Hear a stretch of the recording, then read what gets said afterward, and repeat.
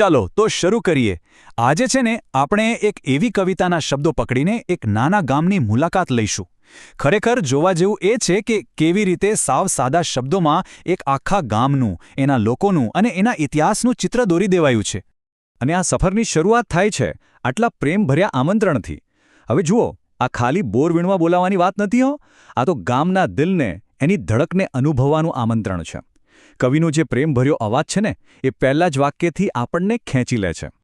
તો ચાલો આ પ્રવાસ શરૂ કરીએ. સૌથી પહેલાં જોઈએ કે આ ગામ આધુનિક દુનિયા સાથે કેવી રીતે જોડાયેલું છે. કવિતામાં એના પણ સરસ સંકેત છે. મતલબ કે આ ગામ ખાલી જૂની પરંપરાઓમાં જ નથી જીવતું, એણે આજના સમય સાથે પણ તાલ મિલાવ્યો છે. અને સૌથી પહેલી આધુનિક સુવિધા કઈ? તો એ છે સ્થાનિક આરોગ્ય કેન્દ્ર, એટલે કે PHC. વિચારો, ગામની અંદર જ હેલ્થ સેન્ટર હોય જે સહેલાઈથી બધાને મળી રહે, એ ખરેખર ગામ કેટલું આગળ વધી રહ્યું છે એ બતાવે છે ને. હવે આ જુઓ, આ બહુ રસપ્રદ છે. વાત ખાલી PHC પર નથી અટકતી. કવિ તો ઇમરજન્સી નંબર એટલે કે 108 પણ યાદ રાખવાનું કહે છે. આ કેટલી નાની પણ મહત્વની વાત છે. આ એક નંબર જ ગામની સુરક્ષા અને આધુનિક સેવાઓ સાથેના જોડાણનો મોટો પુરાવો છે. તો આરોગ્યની વાત તો થઈ. હવે વાત કરીએ કનેક્ટિવિટીની. ગામનું પોતાનું રેલવે સ્ટેશન. વિચારો, આ સ્ટેશન ગામને મોટા શહેરો અને આખા દેશ સાથે જોડી દે છે. અને હા, આ ખાલી મુસાફરી કરવા માટે જ નથી. કવિ તો ત્યાં પણ લાગણી જોડી દે છે. કહે છે, મળવાને પ્લેટફોર્મ પર વાલા, તમે આવજે. કેટલું સુંદર! તો ટૂંકમાં ગામ સુધી પહોંચવાના રસ્તા ખુલ્લા છે. એક મજાનું રેલવે સ્ટેશન છે, નાના મોટા પાકા રસ્તા પણ છે.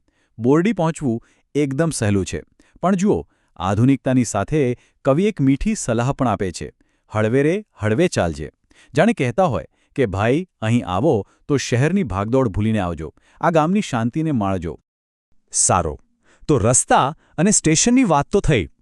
પણ કોઈ પણ ગામની ખરી ઓળખ તો એના લોકો અને એમને જોડતી જગ્યાઓથી થાય છે, બરાબર ને? તો ચાલો હવે જોઈએ કે બોરડીનું સામાજિક અને સાંસ્કૃતિક દિલ ક્યાં ધબકે છે. અહીંયા કવિ ગામની શાળાની વાત કરે છે. પણ ધ્યાન આપજો, એને ખાલી શાળા નથી કહેતા.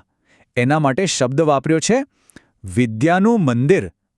આ એક જ શબ્દથી એ જગ્યાનું માન કેટલું વધી જાય છે. તો આ વિદ્યાનું મંદિર કહેવા પાછળનો અર્થ બહુ ઊંડો છે.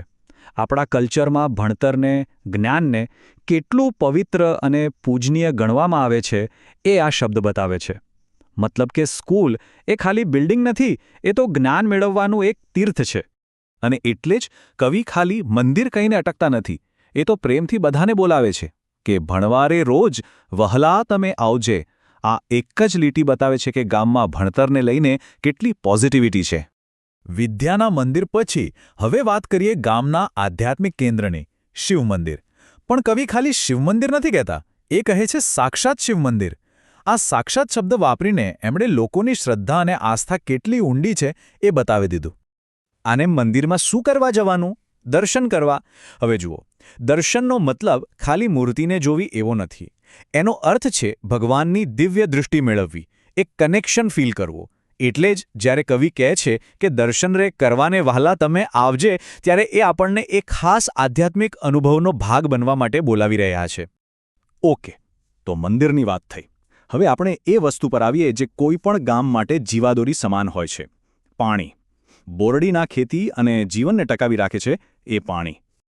અહીં પાણીના બે મુખ્ય સ્ત્રોતની વાત બહુ મસ્ત રીતે કરી છે. એક છે પડવાણી તળાવ અને એની સાથે એક શીખ જોડાયેલી છે કે ભાઈ પાણીનો સદુપયોગ કરજો, એને વેડફતા નહીં. અને બીજી તરફ છે સિંચાઈની નહેર, જે સમૃદ્ધિ લાવે છે. અને એની સાથે એક સલાહ છે કે સારામાં સારા બીજ વાવજો. જુઓ, એક બાજુ બચતની વાત અને બીજી બાજુ વિકાસની. કેટલું સરસ બેલેન્સ છે.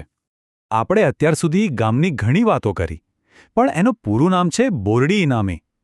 આ ઇનામી શબ્દ ક્યાંથી આવ્યો? એની પાછળ એક આખો ઇતિહાસ છુપાયેલો છે. ચાલો આજે વાર્તાને ખોલીએ. તો ગામના નામને સમજવા માટે પહેલાં આ ઇનામદાર શબ્દને સમજવો પડશે.